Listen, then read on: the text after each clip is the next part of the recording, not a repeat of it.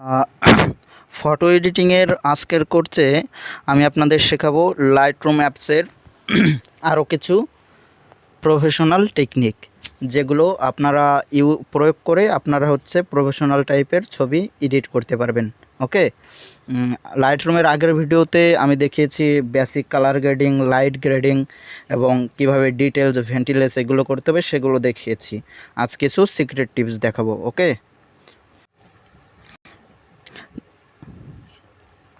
দেখুন এই যে ছবিটা, এই ছবিটা আমি অলরেডি আগে এডিট করেছি। হ্যাঁ, দেখুন এটা হচ্ছে বিফোর, এটা হচ্ছে আফটার। ওকে, এখন আপনাদের তো বেসিক কালার গ্রেডিং আগের দিন শেখাইছি, এটা ছিল বেসিক কালার গ্রেডিং। এখন আমাদের যেসব করণীয় আছে এছাড়া, হ্যাঁ, দেখা গেলো যে অনেকে যে প্রিসেট ইউজ করে, আপনারা প্রিসেটটা কিভাবে ইউজ করবেন, হ্যাঁ, সেটা প্রথমে দেখাবো। প্রিসেট ইউজ করার জন্য আপনারা যেভাবে গ্যালারি থেকে লাইটরুমে ছবি শেয়ার করেন, সেভাবে প্রথমে আগে ছবিগুলো শেয়ার করবেন। যেমন প্রিসেটগুলো শেয়ার করবেন, যেমন দেখেন এই যে আমি 11টি প্রিসেট এই যে আমি লাইটরুম অ্যাপে শেয়ার করেছি। দেখুন আপনাদের দেখিয়ে দিই, এই যে 11টি প্রিসেট আমি শেয়ার করেছি। এখন মনে করেন কি যে আপনি যদি এই প্রিসেট কপি করে করে একটা ছবির উপর প্রয়োগ করে দেখতে চান যে কোন প্রিসেটটা মানাবে, তাহলে মনে করেন কি যে আপনার চুজ করতে করতে অনেক সময় লেগে যাবে। দেখেন যে আমি প্রিসেটটা কপি করে তারপরে এই ছবির উপর এনেছি, কিন্তু প্রিসেটটা মানায় নেই, তাহলে আমার আবারও আনা লাগবে। তাহলে এই যে কত একটা সময় ব্যয় হচ্ছে। এর জন্য আমাদের যে করণীয়টা আমাদের একটা প্রিসেট ফোল্ডার ক্রিয়েট করতে হবে। প্রিসেট ফোল্ডার কিভাবে ক্রিয়েট করতে হবে এখন দেখেন, আমরা সেটাই দেখব।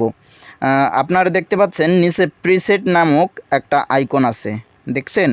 আমরা এই আইকনে ক্লিক করব। ক্লিক করার পর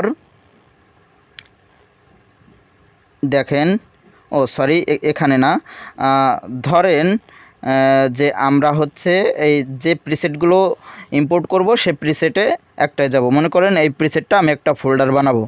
এরপর দেখেন উপরে যে 3 ডট মেনু দেখা যাচ্ছে, 3টা দাগ, হ্যাঁ, এই যে 3টা দাগ, এই 3টা দাগে আমি ক্লিক করলাম।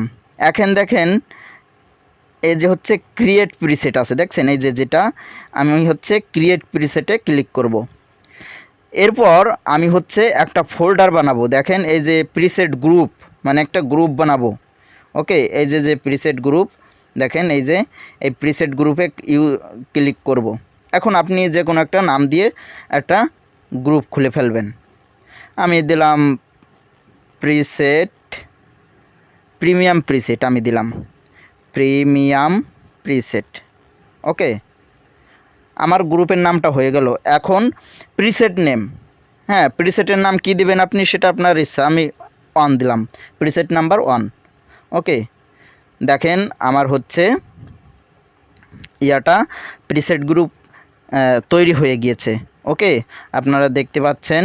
আমি আপনাদের একটু দেখাই এখন, যে আমি এখন প্রিসেটে যাচ্ছি।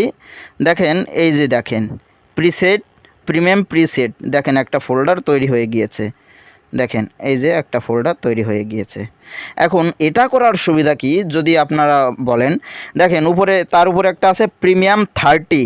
আমি আর একটা প্রিসেট গ্রুপ করছিলাম, এখানে আমার 13টা প্রিসেট আছে। হ্যাঁ, এখন দেখেন এই প্রিসেটগুলো আমি এক ক্লিক করে দেখতে পারবো কোনটা ভালো মানাবে। দেখেন ক্লিক করলেই সাথে সাথে প্রিসেটটা হয়ে যাচ্ছে, দেখছেন? এটাই প্রিসেট গ্রুপ তৈরি করার সুবিধা। ওকে, তো আপনারা এভাবে প্রিসেট গ্রুপটা তৈরি করে নেবেন। এরপর যে বিষয়টা দেখাবো আপনাদের সেটা মাস্কিং। ওকে, কিভাবে মাস্কিং করবেন আমি সেটা দেখাই আপনাদের। এই যে মাস্কিংয়ের কাজ কী সেটা আমরা দেখব। দেখেন মাস্কিংয়ের কাজ। ওকে, দেখেন মাস্কিংয়ে ক্লিক করার পর যে প্লাস আইকনটা আসছে, আমরা প্লাস আইকনে ক্লিক করব। এখন দেখুন এখানে কতগুলো অপশন আসছে। সিলেক্ট সাবজেক্ট, মানে মেইন যে সাবজেক্টটা, অর্থাৎ ছবিতে যে মানুষটা থাকবে তার কথা বলা হয়েছে। সিলেক্ট স্কাই, যদি আপনার আসতে ছবিতে যদি আকাশ থাকে তাহলে আকাশ।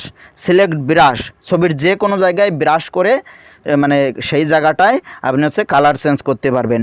এরপর লাইনার গ্রেডিয়েন্ট, আপনি একটা লাইন টেনে আপনি সেখানে ইয়া করতে পারবেন, কালার করতে পারবেন। এরপর রেডিয়াল গ্রান্টেড, আপনি হচ্ছে এখানে কি করতে পারবেন, সার্কেল টাইপের চিহ্ন করে আপনি হচ্ছে কালার গ্রেডিং করতে পারবেন। আমাদের এই কয়টাই বেশি গুরুত্বপূর্ণ, এই দুটো তেমন একটা গুরুত্বপূর্ণ না। এখন আমরা এই কয়টা একটু দেখব। দেখেন সিলেক্ট সাবজেক্টে যদি ক্লিক করি তাহলে দেখেন সিলেক্ট সাবজেক্ট চলে আসবে, দেখেন সিলেক্ট সাবজেক্ট চলে আসবে।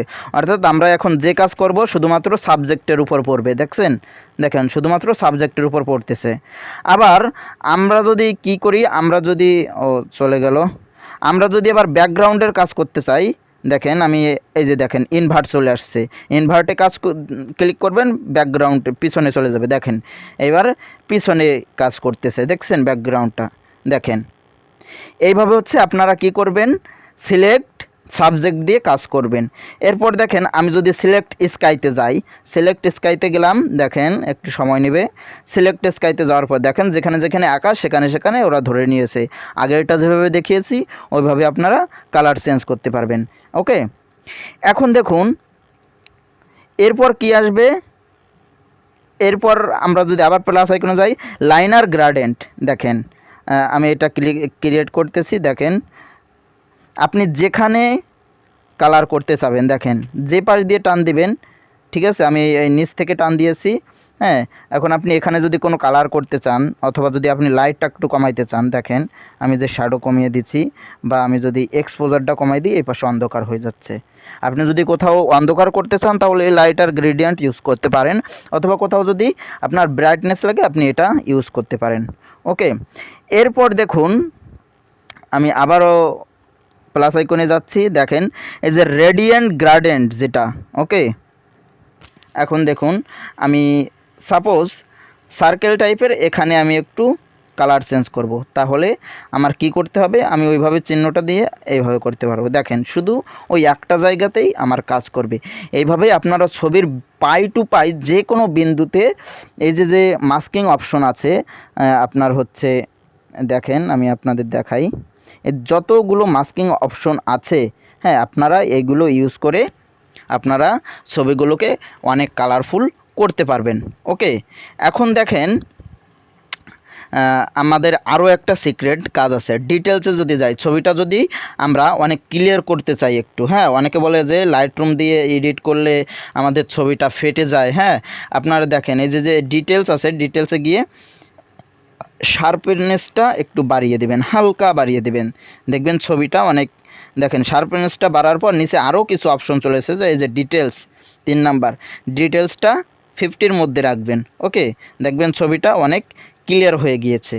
ওকে, এখন দেখেন আপনি যদি ফেসের ভিতর ডোজ ক্রিয়েট করতে চান, ডোজ মানে ফেসের ভিতর যদি কোথাও লাইট এনে প্রফেশনাল লুক দিতে চান, তাহলে আপনার কি করতে হবে, আপনি আবার মাস্কিং অপশনে যাবেন, এই যে যে ব্রাশ অপশনটা আছে ব্রাশ অপশনে ক্লিক করবেন। ওকে, আমি ব্রাশ অপশনে ক্লিক করছি, সাইজটা একটু কমিয়ে নেবেন। সাইজটা কমানোর পর আপনি ছবিটা জুম করবেন, জুম করার পর কি করবেন, যেখানে ডোজ ক্রিয়েট করবেন সেখানে একটা টান দেবেন। দেখেন আমি ওখানে টান দিয়েছি, তার মানে এখন আমি ওখানে যদি লাইট বাড়াই, দেখেন একটা ডোজ সিস্টেম হয়ে গেছে, যেটা কিনা যখন আমরা ফেস স্মুথ করি তখন প্রফেশনালভাবে কাজে লাগে। এটা আমরা স্কেচবুক দিয়েও করতে পারি, অন্যান্য অ্যাপ দিয়েও করতে পারি। হ্যাঁ, ফিউচারে আমি দেখাবো কীভাবে এটা প্রফেশনালি করা যায়। ওকে, তা আপাতত দেখেন এই যে মাস্কিং অপশনে আপনাদের যে টুলগুলো দেখালাম, এই টুলগুলো ইউজ করবেন আপনারা।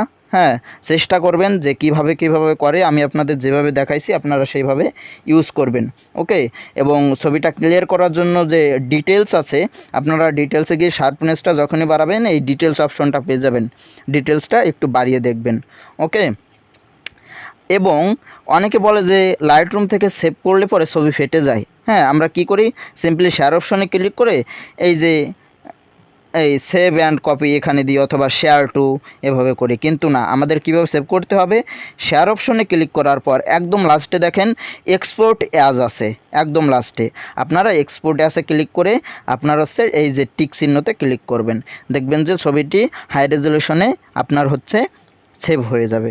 ওকে, তা এই ছিল আমাদের লাইটরুমের কোর্সটি। আগে লাইটরুমের 2টি ভিডিও, আগের দিন একটা ভিডিও দেওয়া হয়েছে এবং এটি হচ্ছে দ্বিতীয় ভিডিও। যদি লাইটরুমে বুঝতে কোনো কিছু সমস্যা হয় আপনারা অবশ্যই জানাবেন, আমি পুনরায় আবার আপনাদের বুঝিয়ে দেব। ওকে, সকলে ভালো থাকুন।